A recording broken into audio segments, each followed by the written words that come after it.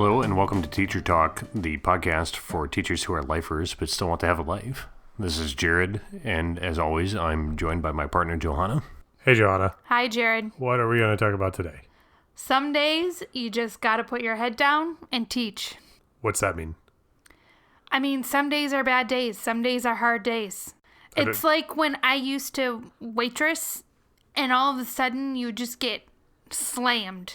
Yes. And there's nothing you could do about it. You just had to put your head down and just get through it. But the whole reason I listen to this podcast is so I don't have to deal with that.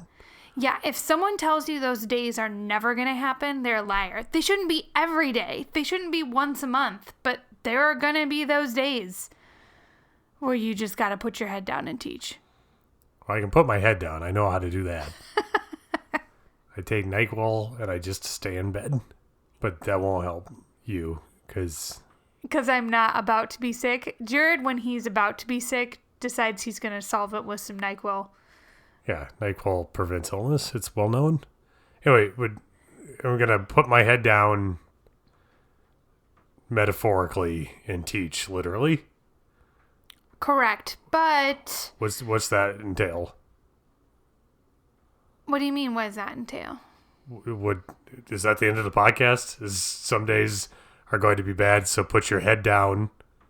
That's my advice from Johanna. And teach. Thanks, Johanna. No.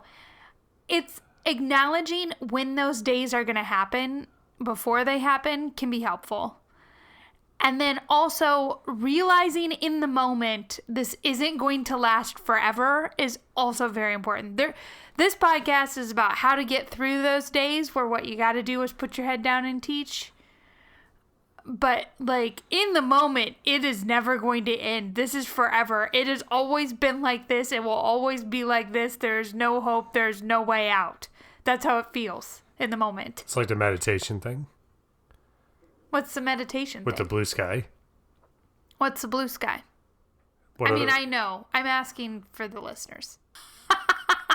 Good professional podcasting to go ahead and call that out. You've got... Sometimes it's going to storm. Okay. And that will seem bad. Yeah. But your conscious mind is aware that on the other side of the clouds, the same calm blue sky is there. Yes. You don't need to worry about it being gone or how to find it again. Just the clouds will pass and that it will be there. Just like you'll see that it's there because that it always is. It's a mindfulness like idea thing from the Headspace guy. Okay. And probably from a lot of other mindfulness people. Okay. I do like that. So you're saying that there's going to be bad days like storms in teaching and that you just have to not be upset that it's happening. You do have to change what you're doing, but yes, not be upset. And recognize that it's not going to stay like that forever? Yes, as long as you take some action steps. So what do I do? Well, what you don't want to do is have kids learn a new habit. Well, back up for a second.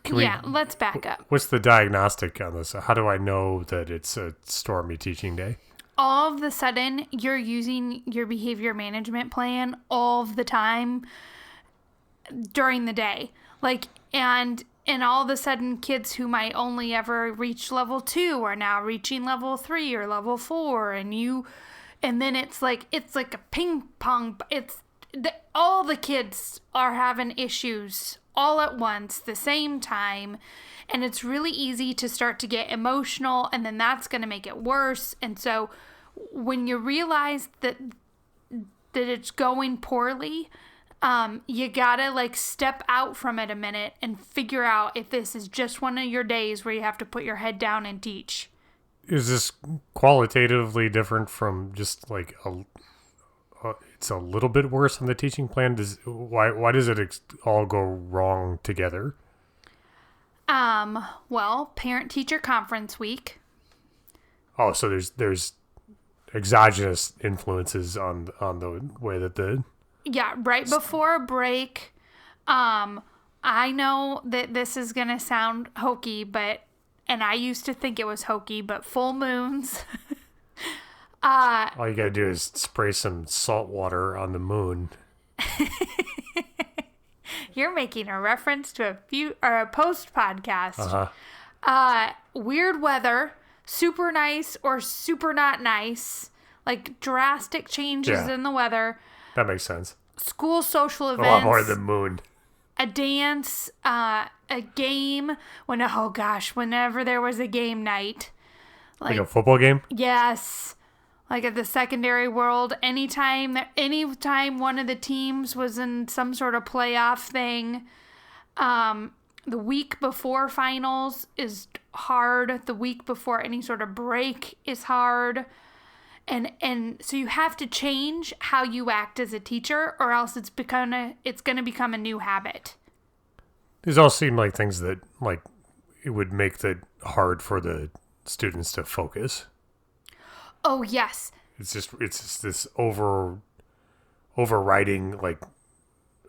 thing that robs attention. Yes, it's hard not to think about the crazy weather, or the playoff football game, or the dance. And I have a trick to let you know if they're gone. Like the kids they have mentally left the building. People love tricks. What's the trick? Okay. I randomly, out of nowhere, no prompting, I make up a clap. Like a clap, clap, clap, clap, clap. Okay. That's a clap, like a rhythmic clap. Uh-huh. And then I wait and I look at them. And even if you've never done this before in your class, you will get kids starting to do it back to you. And so then you'd pick another one. And then you'll get a bigger group. If they have mentally left the building, you'll give them something simple like, no, it will not work. They cannot do it. They will be putting all of their energy and attention in trying to mimic you, and they will not do it. They'll either start clapping before you finished, or they won't remember the ending. And so if they can't remember a simple, clap, they're not listening to you. Even if they wanted to listen to you, they're not listening to you. Your words no longer work. And you're not telling them, hey, it's time to play the clapping game. You're just doing it. And in under normal circumstances, they'll respond to the pattern just because that's how humans be. Yes. If you point at them and then I'll say things like, oh, I gotcha. Try again. And then I'll do another clap. And then they'll be like, oh, we're going to get her this. Even seniors, there's something in, as long as you make it a little bit challenging and a little bit fun and you don't get angry about it, they will want to try and get the clap right. I'm excited for our follow-up podcast, Midwestern slang, because I want to hear more about, oh, I gotcha.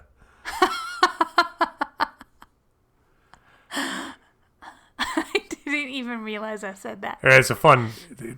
I like the trick because you're right. I like things that don't require conscious input or not. But yeah, okay. Okay. If they can't even do the pattern recognition and following, they're too far gone to have normal operating procedures. In a kindergarten class, if I do 4 claps consistently the same amount apart, and they cannot repeat that to me, then I can't say put your name on a paper, because that's already harder than the clap thing that they just couldn't do. All right, so what do you do? Okay, so step 1, stop talking.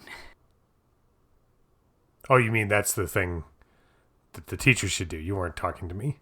No, I wasn't. No, are you, what? No. You said step 1, stop talking, so I did. Oh. No, you the teacher. Stop talking. Oh, okay. Okay. You just stand there? No. You stand there clapping?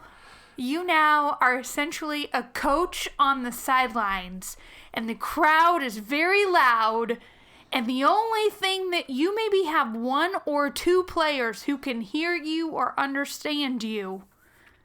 Everyone else is just going off of your body language. All right. Okay? You are no longer teaching, you are coaching. You have to do everything like like you are a coach on the sidelines, so you have to mimic what you want them to do. You have to use big hand motions. You have to change how you're teaching because this is not going to work to talk at them. They can't do it.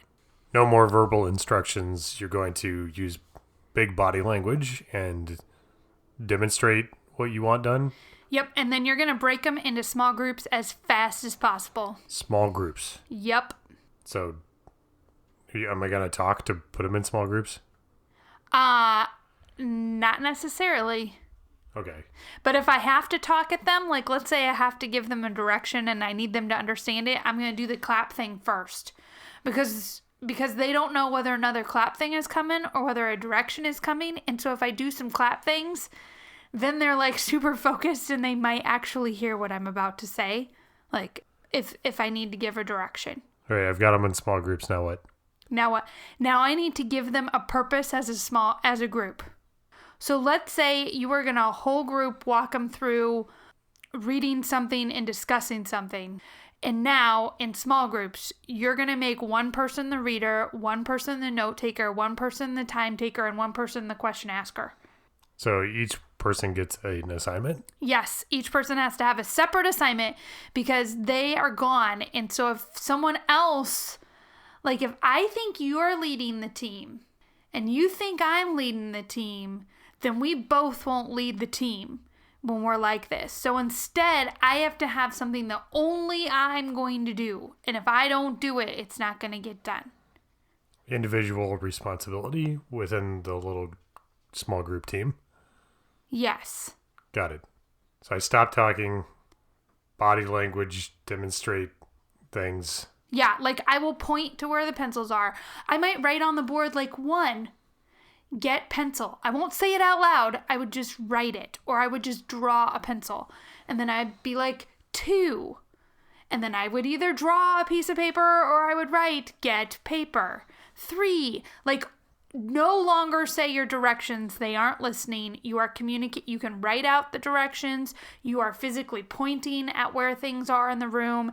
And you are taking whatever lesson you had and you are instantly turning it on its tail so that you are getting them into small groups as soon as possible where they each are going to have a role within those groups. And then mission accomplished? No. Now you've divided and conquered, theoretically, but they're going to pick at each other. Okay, so what do I do about that? So this is where you just have to accept that some kids, like let's say Jared, is in his small group, and rather than doing his job is timekeeper. So he's supposed to make sure we do this task within so many minutes and this task within so many minutes. Jared just keeps flicking small pieces of paper at someone at his tabletop. That's naughty. Yes, and yet exactly what I don't want to do this Jared might do. Okay. So you are a coach. A coach does not discuss your emotions or why you are making these choices. A coach takes action. You pick up all of Jared's stuff. You do a little crook of the finger to tell Jared to come with you. And now Jared is sitting by himself in a corner and he's doing all the jobs. Oh, that's the punishment. Yeah. As if you flunk out of doing your job with the small group, you get to do all the jobs by yourself. Yeah, and you're not going to discuss it. There is no teachers will, when it gets like this, teachers think the solution is to talk. The clapping proves to you they are not listening. Your words do not matter. Right. Your actions matter. The kids will see that Jared just got moved all by himself. You didn't draw any attention to it. You didn't even say anything. They will see that Jared is now all by himself. They will see that your face as the teacher is like grumpy pants. And that doesn't mean that you aren't going to have a kid in another group do the same thing and all of a sudden you have all 4 corners full with children who need to be by themselves. You're not trying to make your day perfect because you know that this is being caused by an external thing that will go away. You're maintaining the line. You're making sure that you're not building new habits and that this doesn't just become something Jared wants to do every day because he did it once and it was kind of fun. So you're disrupting your normal routine to interdict any habit forming. Yes. And you're creating the opportunity to, like, loudly is the wrong word because you're not talking, but, like, obviously discipline someone, but outside of the regular behavior management stuff. Correct. Because if you just start throwing behavior management stuff at things, it's just going to escalate, and you're gonna waste a bunch of resources on behavior management. Now, if I move Jared to a separate location and Jared continues to still, now it's time to use my behavior management plan. But this gives you scapegoat's the wrong word, but you get someone to volunteer to mess up in front of everyone. Sacrificial lamb. Yeah, so that they can be very gently punished in a way that makes it obvious to everyone to start paying more attention. Yes, it's not going to feel gentle, though. Like, this is no longer kind... Like, this is no longer kind Johanna who wants to know what's going on in your world and blah, blah, blah, blah, blah. Nope. I'm not talking about anything, and I'm not asking you about anything. You like to coach at Bull Durham. Yes. Because they're not playing well, and so Crash tells them their kids scare them. Yes. And then he talks about lollygagging. Yes, only... See, those people were listening, and none of these kids will first listen. He threw the bats in the showers. Oh, he did? Yeah. Yes. I mean, well, he didn't throw it at them. That. He just threw it on the floor. Yes. At everyone's feet, and they were like, "Whoa, he's throwing the bats on the floor in the shower." Yes. And they're like, "What's happening?" And he's like, "It's a simple game. 8 and 16. How'd we ever win 8?" But basically, kind of like that. We throw the ball. Yeah. We hit the ball. You bunch of lollygaggers. Yes. Anyway, the lollygagging kids, this gives you a chance to, again, gently scare them a little. Oh, yeah. I mean, I look grumpy pants. My face looks disappointed. My face looks frustrated. You don't actually become frustrated. You don't own those emotions inside, but displaying those emotions with no words will go a long way to just helping you get through. Okay. Okay. Is that it? Is it recap time? It is. You know what? It is. Nope. I forgot something. What is it? When you're in the moment, because sometimes the moment lasts a couple of days. Long moment. Yeah, it feels like a long moment. Okay.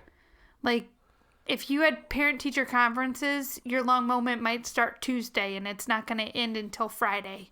So when I'm in it, what? So you know how sometimes you say that I'm a goldfish, and I only ever remember what just happened to me? Yeah, you kind of... That happens in teaching a lot. So you'll know it's like conference week. You'll know it's like the week before winter break. You'll know it's the week before spring break.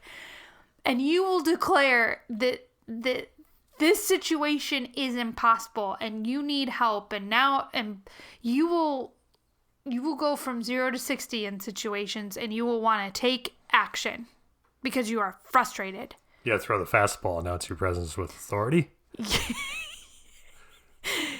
You are the smile on your face that you are getting to make these connections to Bull Durham. There's 2 Bull Durhams.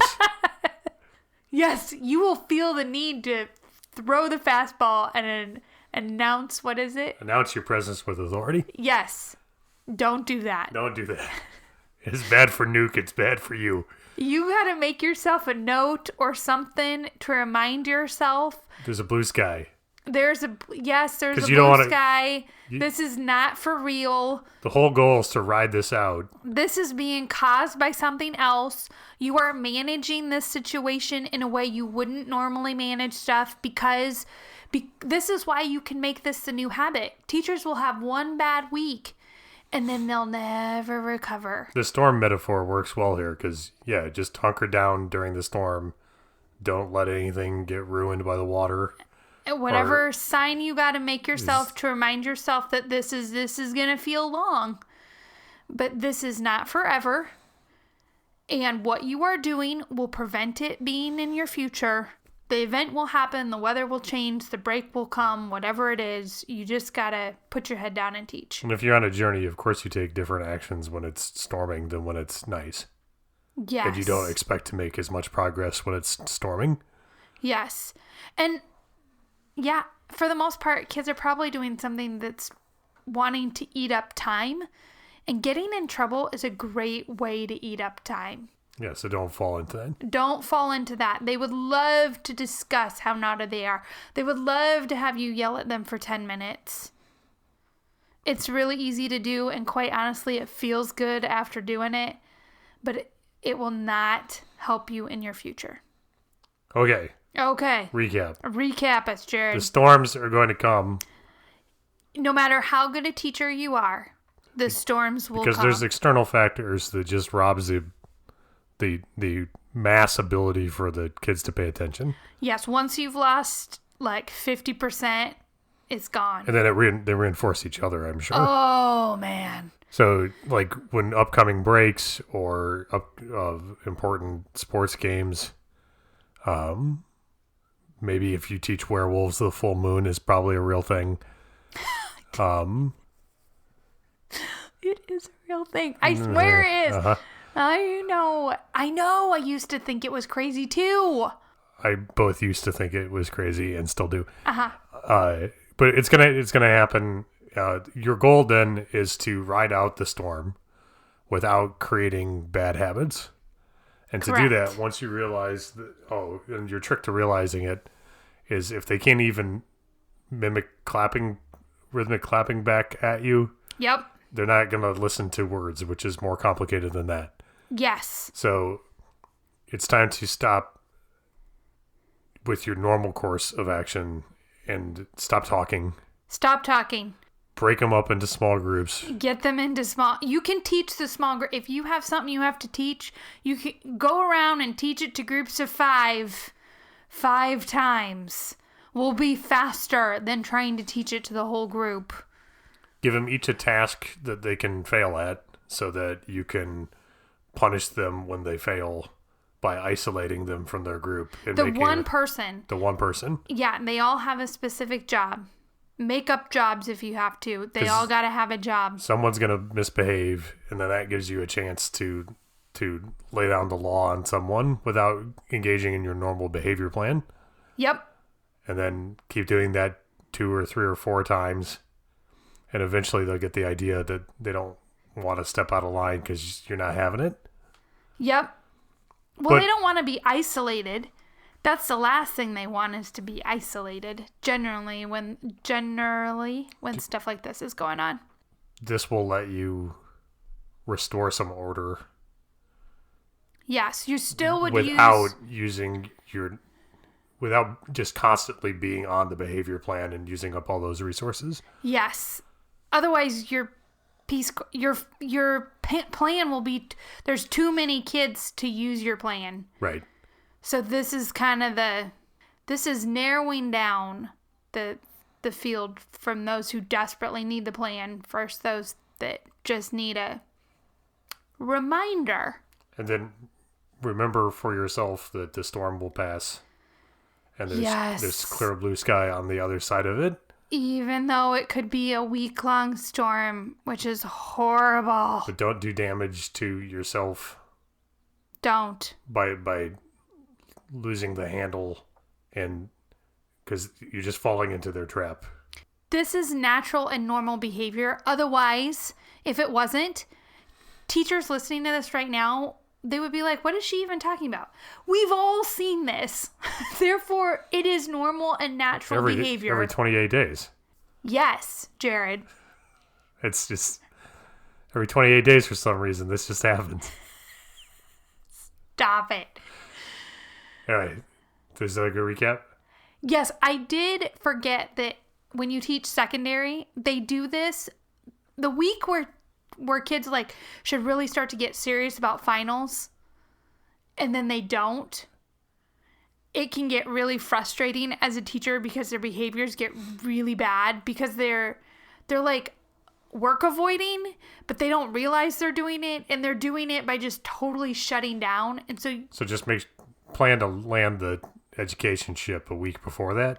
no. They're not going to feel the intensity as soon as you are, because they don't have a developed prefrontal cortex to be like, hey, friend, we've got 10 days till finals. Now is a good time to slowly start doing things. Sure. They're going to be, a day out, 2 days out. So if you're doing review stuff, just plan for the fact that they're not going to engage the way you want them to. So put them into small groups, make sure the groups, each person has a job, and then pull the kids that aren't taking the review seriously away from the big groups so that the damage isn't spreading. The week before finals, you don't even need to wait or do your clapping test. Just go ahead and act like assume. Yeah. It's storm teaching. Well, I do the same thing the week before this. I really should have included this as not in the recap, but the week before a break, all of that. Just assume it's going to be like this and like plan ahead. All right. Well, thank you. Thank you, Johanna. Yeah. Thank you, Jared.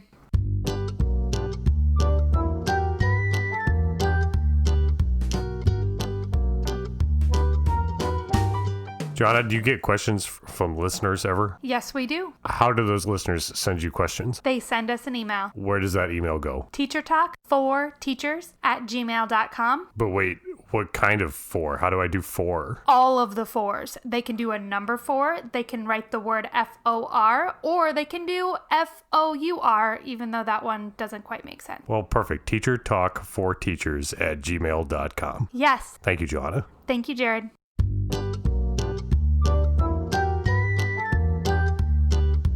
Teacher Talk, the podcast for teachers who are lifers but still want to have a life.